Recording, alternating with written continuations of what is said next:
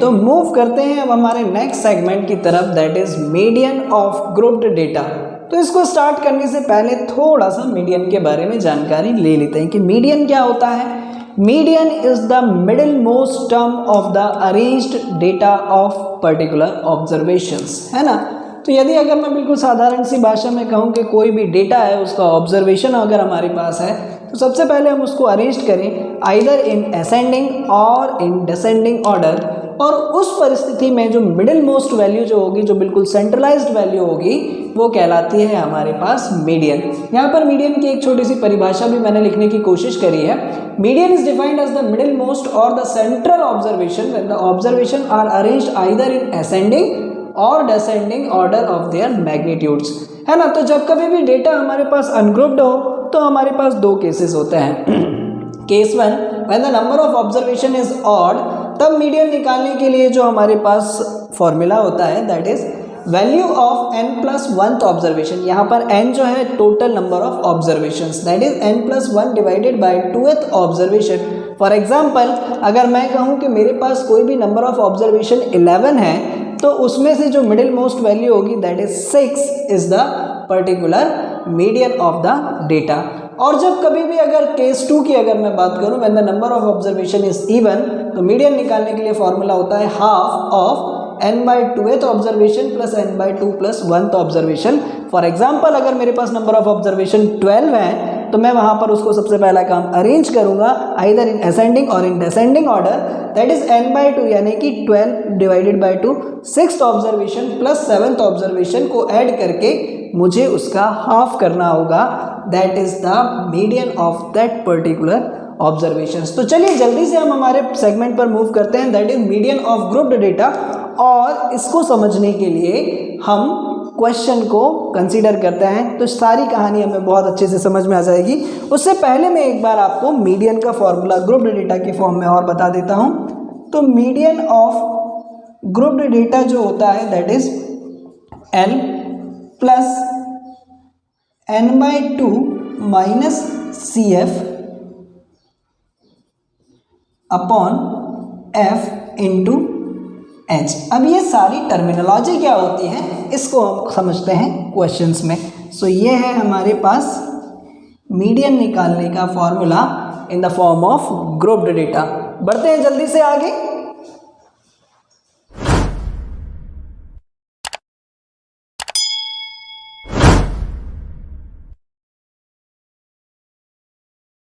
चलिए तो जल्दी से मूव करते हैं हमारे क्वेश्चंस पर। और क्वेश्चन में हमें क्या दिया गया है, 200 surnames were randomly picked up from a local telephone directory and the frequency distribution of the number of letters in English alphabet in surnames was obtained as follows। बच्चों डिक्शनरी क्या, डायरेक्टरी क्या होती है, पुराने ज़माने में जो लैंडलाइन फ़ोन जो हुआ करते थे उनके साथ एक डायरेक्टरी मिला करती थी, जिसमें शहर भर के तमाम लोगों के नाम नंबर के साथ उस पूरी डायरेक्टरी में हुआ करते थे।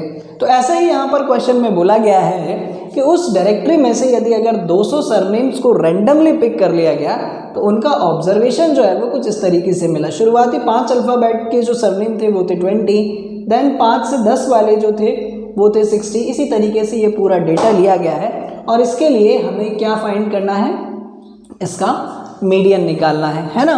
तो यहाँ पर कहीं लिखा नहीं गया है, तो मैं लिख दे रहा हूँ फाइंड इट्स मीडियन, है ना। हमें इसके लिए इसका मीडियन निकालना है। तो बच्चों मीडियन निकालने के लिए हमें किन चीज़ों की ज़रूरत पड़ती है, सबसे पहले तो आप इसकी टेबल तैयार करेंगे जहाँ पर क्लास, फ्रीक्वेंसी और साथ ही साथ हमें ज़रूरत पड़ती है इसकी क्यूमुलेटिव फ्रीक्वेंसी की, क्यूमुलेटिव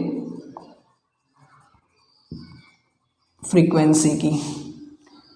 तो ये जो टेबल है ये कुछ इस तरीके से तैयार होने वाली है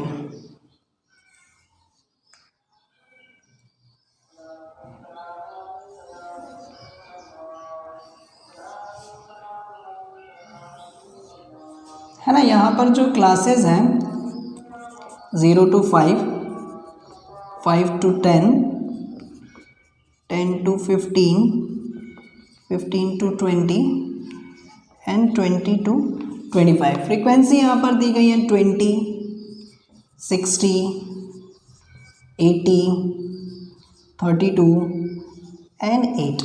और क्यूमुलेटिव फ्रीक्वेंसी कैसे निकालते हैं तो जल्दी से हम उसको भी देख लेते हैं। तो क्यूमुलेटिव फ्रीक्वेंसी फर्स्ट तो एज इट इज़ होती है जैसे ये 20, देन नेक्स्ट 20 + 60 दैट इज 80, 80 + 80 160, 160 + 32 192 और 192 + 8 दैट इज़ 200। तो यहाँ पर लास्ट में आपको जो भी फ्रीक्वेंसी का टोटल मिलता है जिसको हम डिनोट करते हैं n से, ठीक है। और मीडियन निकालने के लिए जो फॉर्मूला यूज़ किया जाता है मैं एक बार फिर से लिख देता हूँ। मीडियन बराबर L plus n/2 minus CF upon F into H। तो जल्दी से देखते हैं अब ये सारे टर्म्स क्या होते हैं यहाँ पर। तो हमें सबसे पहले ज़रूरत पड़ती है n/2 की। तो यहाँ पर हमारे पास n/2 की जो वैल्यू है वो कितनी है 100, है ना। और 100 कौन सी क्यूमुलेटिव फ्रीक्वेंसी में कवर होने वाला है 80 के बाद यानी कि 160 वाली में। तो इस क्लास को हम लोग डिक्लेयर करते हैं, इसको डिक्लेयर करते हैं हम लोग मीडियन क्लास, है ना। और इसी की जो लोअर लिमिट होती है इसको हम लोग डिनोट करते हैं L से। ये जो फ्रीक्वेंसी है इसको हम लोग डिनोट करते हैं F से। और इसके पहले वाली एक क्यूमुलेटिव फ्रीक्वेंसी होती है इसको हम लोग डिनोट करते हैं CF से।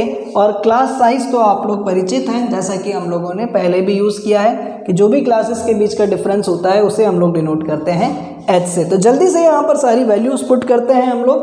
L की वैल्यू है 10 प्लस n/2 जो है वो है 100, CF है हमारे पास 80, फ्रीक्वेंसी है वो भी 80 और H जो है वो क्या होगा हमारे पास 5।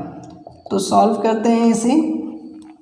यहाँ पर बचेगा 10 प्लस 100 माइनस 80 20 अपॉन 80 इंटू 5 से इसको कैंसिल कर लूँ मैं, ये 80 है तो यहाँ पर बचेगा 16 से भी यदि अगर मैं इसे कैंसिल कर लूँ तो 16 × 16 पॉइंट लगाया 4 बचा है, 16 × 2 = 32, 8 बचा और 16 × 5 = 18। So it is finally 11.25 and here is our final answer. करते हैं एक और अच्छे क्वेश्चन की तरफ जहां पर हमसे बोला गया है find the missing frequency in the following frequency distribution table if n = 100 and median is 32, है ना। जैसा कि मैंने आपको पहले भी बताया कि ये जो मिसिंग फ्रीक्वेंसी वाले जितने भी क्वेश्चन होते हैं ये एग्जाम पॉइंट ऑफ व्यू से बहुत ज़्यादा इंपॉर्टेंट होते हैं। तो चलिए देखते हैं जल्दी से। यहाँ पर हमें मीडियन ऑलरेडी दे रखा है, नंबर ऑफ ऑब्जर्वेशंस यानी कि टोटल नंबर ऑफ ऑब्जर्वेशन हमें 100 दिया गया है और इसके बिहाफ पे हमें जो मिसिंग फ्रीक्वेंसी है F1 और F2 इनको निकालकर बताना है। तो जल्दी से हम सबसे पहले इसका टेबल तैयार कर लेते हैं दैट इज क्लास। यहाँ पर आ जाएगा हमारे पास फ्रीक्वेंसी और यहाँ पर क्यूमुलेटिव फ्रीक्वेंसी, है ना। और ये तैयार है हमारी टेबल।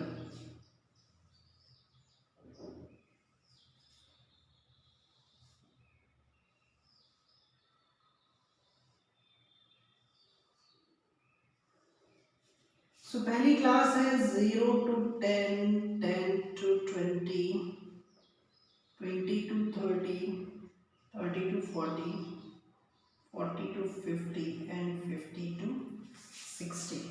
और फ्रीक्वेंसी हमें यहाँ पर दे दी गई है 10 F1, 25 30 F2 और ये है 10। क्यूमुलेटिव फ्रीक्वेंसी की बात करें तो 10 प्लस F1, 10 प्लस 25 करेंगे तो 35 plus F1, 35 plus 30 that is 65 plus F1, 65 plus F1 plus F2 और ये 75 प्लस F1 प्लस F2। चलिए तो कुछ चीजें तो हमें यहाँ पर ऑलरेडी मेंशन की गई हैं कि 75 plus F1 plus F2 is equals to है 100, तो F1 प्लस F2 बराबर कितना हो जाएगा 100 माइनस 75, यानी कि F1 plus F2 is equals to 25। इसे मैं नाम दे दे रहा हूँ इक्वेशन 1। अब n है जो है वो है हमारे पास 100, इसी को हम लोग n मान लेते हैं, तो n/2 इज इक्वल्स टू हो जाएगा 50, है ना। सो मीडियन भी हमें दे रखा है 32, जो हमें इस क्लास के करस्पॉन्डिंग मिलने वाला है।